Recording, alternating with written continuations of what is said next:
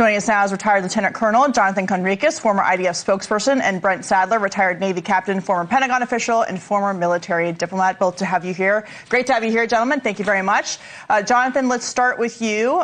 Iran's parliamentary speaker warned, quote, time is running out, after saying that Lebanon is inseparable part of the ceasefire. Why do you think that Iran is insisting that Lebanon is part of the ceasefire when it wasn't in the first place? And do you think it will interfere with America's peace talks with Iran? Yeah.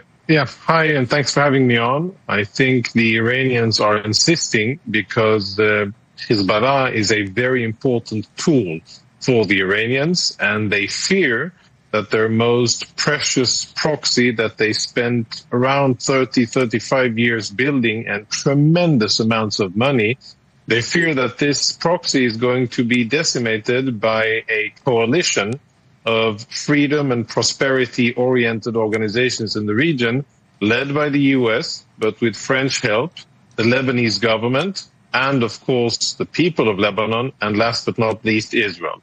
And the Iranians know that it is dire times for Hezbollah.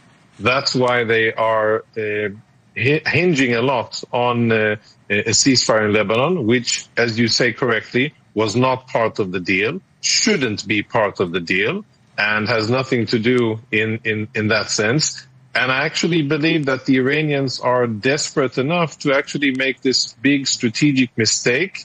And I think that every moment that goes by, there's a higher chance of this really derailing the situation and forcing the two countries out of ceasefire and perhaps back to hostilities.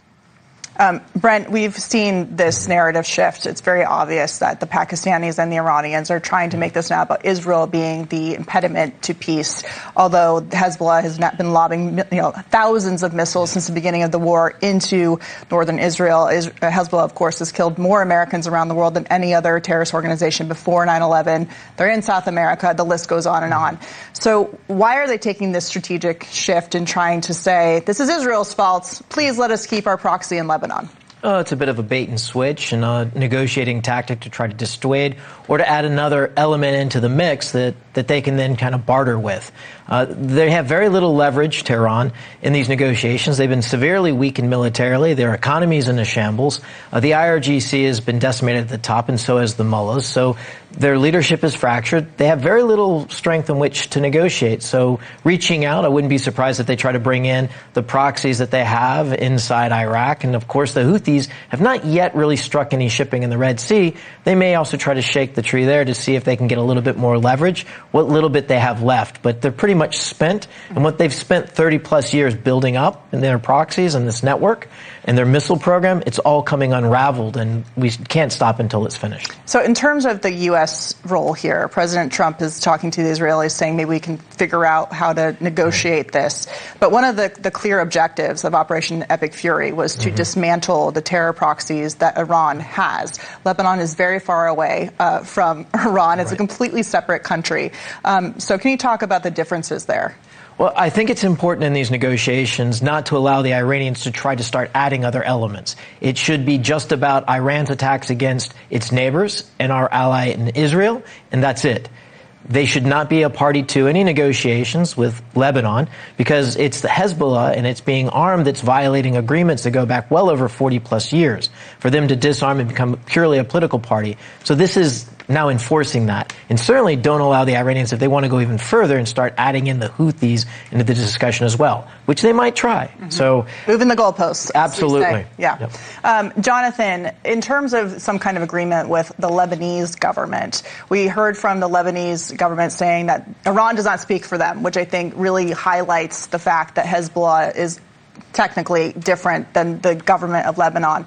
Israel has signed a number of agreements with their neighbors over the course of the last 40, 50 years. Egypt, Jordan, for example, there's just two that have held. There is peace with those neighbors. Do you think that is something that could happen with Lebanon if Hezbollah gets to stay? Well, there definitely is public support for it, I think, in Israel and in Lebanon. You find an overwhelming majority who are positively inclined on the ground. people on both sides because they know how good it would be. It would be great for prosperity and commerce, and it would be good for the region, for stability. I think the likelihood, the chances of actually achieving peace, even with U.S. support, the likelihood of achieving peace as long as Hezbollah has weapons, as long as the Iranian regime has a say over what's going on in Lebanon, the chances, unfortunately, are very low because that is the very essence of what Hezbollah is about. Hezbollah is about war. It's about jihad. It's about using the state of Lebanon at the behest of Iran against Israel, much to the detriment, of course, of the stability and the prosperity of the state of Lebanon. So, in clear words, Hezbollah has to be disarmed and has to be neutralized as a military component and turned into only a political organization or perhaps some kind of NGO that represents Shiites in the south for any meaningful process to really be made.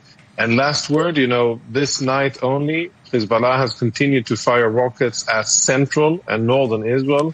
Millions of Israelis have been going to shelters this night as well, and that is despite the fact that the Iranians demand that there should be a ceasefire with Lebanon as well. Yeah, precisely. Brent, of course, we wouldn't be in this position with Hezbollah in the south of Lebanon at all if the United Nations had done its job to keep them out. That was a failed disarmament process. They failed to keep territory.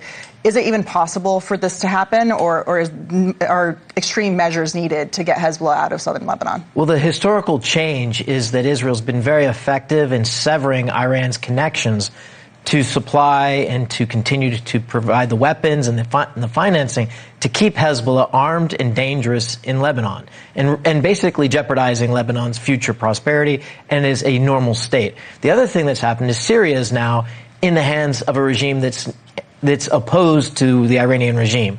So it's much more complicated. This is a historical shift. It's an opportunity to sever those tethers back to Tehran so that Lebanon can restore itself back to where it was prosperous before, going back to like the late 60s and in the 70s, before all this unfolded. Well, I think the key point is that Iran is asking for Lebanon to be in the ceasefire agreement with the United States and Israel because they want to protect their key and really remaining terror proxy, which is Hezbollah. Jonathan Conricus and Brett Sadler, thank you for joining us. We appreciate it.